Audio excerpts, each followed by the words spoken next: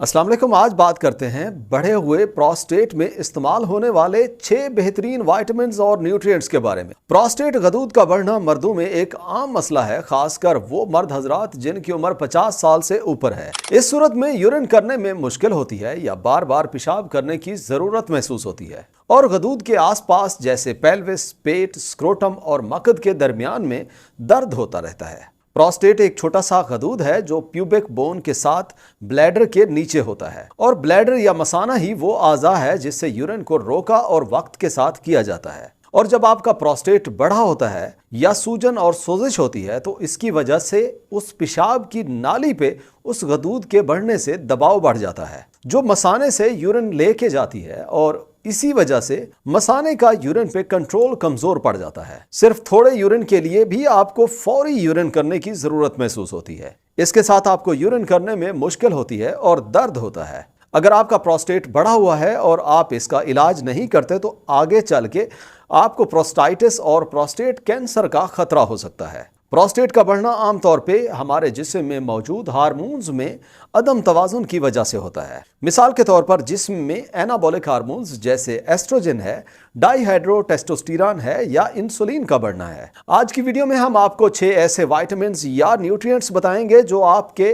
Prostate गदूद को बढ़ने से रोकते हैं, गदूद को सिकुड़ा देते हैं और इसके अलावा इस वीडियो में आपको तर्ज जिंदगी में सादा सी तब्दीलियों के बारे में भी बताएंगे जो इस मसले को जड़ से खत्म करने में आपकी मदद कर सकती है। Number 1, vitamin C. ये एक बहुत ही जरूरी न्यूट्रिएंट है जिसे हमें अपनी खुराक में बाकायदगी से इस्तेमाल करना चाहिए। हमें पौधों से मिलने वाली खुराक जिस तरह सलाद के पत्ते, सब्जियां, बेरीज और फल खाने चाहिए। बंद गोभी, बेल पेपर, क्रूसीफेरस वेजिटेबल का इस्तेमाल ज्यादा करना चाहिए क्योंकि इनमें बहुत ज्यादा एंटीऑक्सीडेंट्स होते हैं। इनमें मौजूद विटामिन सी प्रोस्टेट के खुलियों में ऑक्सीडेटिव डैमेज को रोकता है या उसे कम कर देता है और जिसकी वजह से कैंसर के खतरे को भी कम किया जा सकता है। ये एक हार्मोन कोर्टिसोल को रेगुलेट करता है जिसकी वजह से हार्मोनल तवाजुन हमारे जिस्म में ठीक रहता है और प्रोस्टेट का मसला सही रहता है। कोशिश करें जो आपको फार्मेसी से विटामिन सी मिलता है वो ना लें क्योंकि उसमें 5% भी खालिस विटामिन सी नहीं होता। इसकी बजाय फ्रूट्स और वेजिटेबल्स वाला विटामिन सी लें।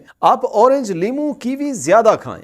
आप एक लीमू का अगर रोजाना इस्तेमाल करते हैं तो उससे आपका 50% तक विटामिन सी पूरा हो जाता है। बेहतर है अगर आप लीमू इस्तेमाल करते हैं तो उसे छिलके के साथ ब्लेंड कर लें। और जिनको सिर्फ यूरिन में तेजाबियत हो, गदूद का मसला ना हो, वो सिट्रस जूसेस इस्तेमाल ना करें, इससे उनके यूरिन में तेजाबियत बढ़ सकती है। नंबर 2, जिंक, जो कि एक बढ़े हुए गदूद को श्रिंक करने के लिए और मर्दाना हार्मोन्स को बैलेंस करने के लिए बहुत ही जरूरी मिनरल है। ये कुछ एंजाइम्स जैसे एरोमाटेज और रिडक्टेज हैं, उनको रोक के हार्मोन टेस्टोस्टेरॉन को डाईहाइड्रोटेस्टोस्टेरॉन या एस्ट्रोजन में कन्वर्ट होने से रोकने में हेल्प करता है जिससे आपके प्रोस्टेट गदूद को बढ़ाने वाले हार्मोन्स का मसला काफी बेहतर हो जाता है। और इसके अलावा जिंक सोजिश को कम करता है, गदूद को सिकुड़ा देता है। अगर आप इसको इस्तेमाल करना चाहते हैं तो रोजाना 30 मिलीग्राम जिंक बिस्ग्लाइसिनेट या फिर वो खुराक लें जिनमें जिंक ज्यादा होता है जैसे पंपकिन सीड्स है, गोश्त है, वाटरमेलन या डार्क चॉकलेट में ये जिंक ज्यादा होता है। नंबर 3, फाइटोस्टेरोल्स, जो कुदरती तौर पे पौधों में पाए जाने वाले केमिकल्स हैं जिनको स्टडी किया गया है कि ये बढ़े हुए प्रोस्टेट को कम करके पेशाब के बहाव को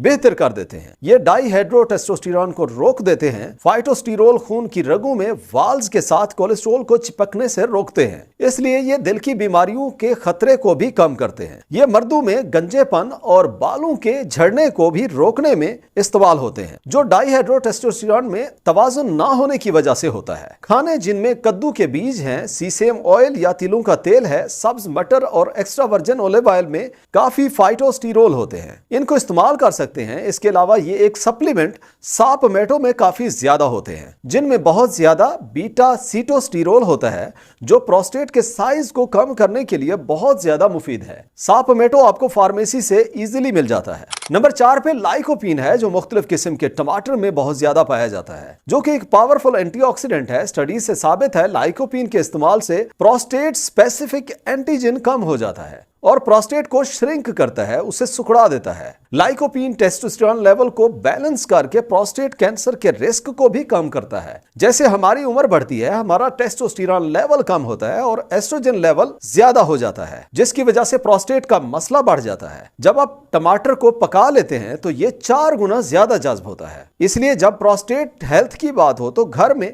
टमाटर पका के खाएं। यह आपके लिए सुपर फूड होगा। टमाटर के अलावा आप बासिल, ग्रेपफ्रूट वगैरह में भी लाइकोपीन हासिल कर सकते हैं। यह आपको सप्लीमेंट कैप्सूल की शक्ल में भी मिल जाता है। Number 5, green tea. शायद सबसे आसान और सादा सा हल है जो आपके प्रोस्टेट गदूद के साइज को कम करने के लिए इस्तेमाल कर सकते हैं। इसमें EGCG या एपिगैलोकेटिकिन गैलेट होता है और जो ग्रीन टी के एक्सट्रैक्ट में आपको ज्यादा मिलता है। ग्रीन टी की प्रीमियम शक्ल माचा ग्रीन टी में भी EGCG कैटिकिन सबसे ज्यादा होता है। यह एक एंजाइम 5 अल्फा रिडक्टेज को रोक देता है जो टेस्टोस्टेरोन को डाइहाइड्रोटेस्टोस्टेरोन में कन्वर्ट करता है, जिसकी वजह से प्रोस्टेट बढ़ने से रुक जाता है। रोजाना के 3 से 5 कप पीने से सोजिश में नुमाया कमी देखी गई है। इसके इस्तेमाल से गदूद का साइज कम और नॉर्मल हो जाता है। Number 6, lauric acid. जैसे पहले बता चुके हैं कि प्रोस्टेट का बढ़ना आमतौर पे जिस्म में DHT या डाइहाइड्रोटेस्टोस्टेरोन के बढ़ने की वजह से होता है। हार्मोन टेस्टोस्टेरोन जब डाइहाइड्रोटेस्टोस्टेरोन में कन्वर्ट होता है तो प्रोस्टेट गदूद के टिश्यूज बढ़ जाते हैं, जिसकी वजह से यूरिन के फ्लो में मसला होता है और प्रोस्टेट के कैंसर का रिस्क बढ़ जाता है। लॉरिक एसिड कोकोनट में ज्यादा होता है जो टेस्टोस्टेरोन को डाइहाइड्रोटेस्टोस्टेरोन में तब्दील होने को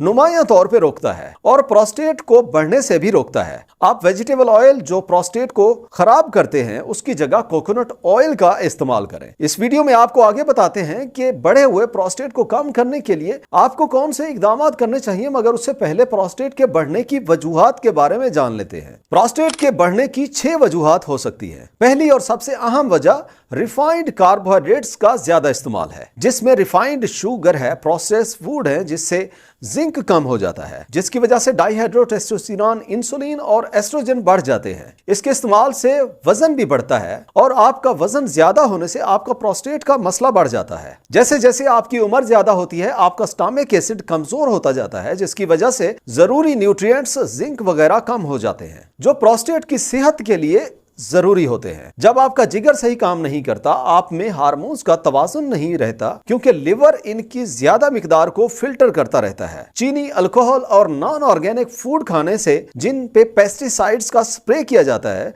हमारे जिगर के लिए ये सारे काफी ज्यादा नुकसानदेह हैं, जिससे हार्मोन्स इम्बैलेंस हो जाते हैं और प्रोस्टेट के बढ़ने का सबब बनते हैं। अगर आप डेयरी प्रोडक्ट्स ज्यादा इस्तेमाल करते हैं जिसमें एक हार्मोन प्रोलैक्टिन होता है जो इस प्रोस्टेट के मसले को और ज्यादा खराब कर देता है। अब बात कर लेते हैं उन इकदामात के बारे में जो आप करके अपने प्रोस्टेट को बढ़ने से रोक सकते हैं, सोजिश को कम कर सकते हैं, अपने हार्मोन्स को बैलेंस में रख सकते हैं। पहले नंबर पे आपने सबसे पहले अपनी खुराक सही करनी है। इसमें आप रोजाना हरे पत्तों वाली सब्जियों का इस्तेमाल ज्यादा करें, जैसे मुख्तलिफ किस्म की गोभी का इस्तेमाल ज्यादा करें। इसमें काफी मिकदार में फाइटोन्यूट्रिएंट्स और एंटीऑक्सीडेंट्स खसूसियात होती हैं जो हार्मोन्स को बैलेंस में रखने में मदद करती हैं। दूसरा, आप रोजाना की बुनियाद पे कुछ मिकदार पंपकिन सीड्स या कद्दू के बीज इस्तेमाल करें, क्योंकि इसमें काफी अमाउंट जिंक, फाइटोन्यूट्रिएंट्स और विटामिन ई की होती है जो आपके प्रोस्टेट को हेल्दी रखते हैं। नंबर 3, हर किस्म की सोजिश पैदा करने वाले तेल को खाने में इस्तेमाल रोक दें, जिनमें मार्जरीन, सोया, कैनोला और कॉटन सीड्स ऑयल्स का इस्तेमाल ना करें। इसके बजाय आप नारियल का तेल या जैतून का तेल इस्तेमाल करें और डेयरी प्रोडक्ट्स जैसे चीज वगैरह हैं उनका इस्तेमाल कम करें, क्योंकि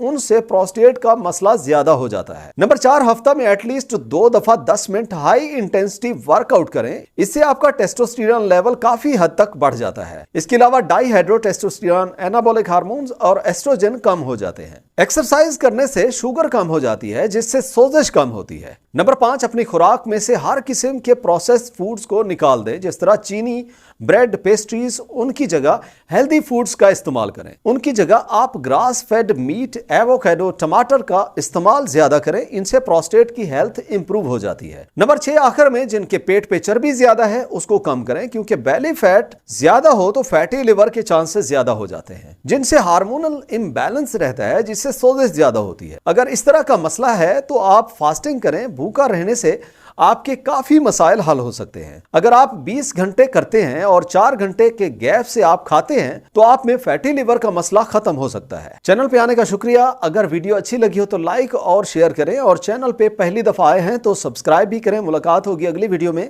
अल्लाह हाफिज।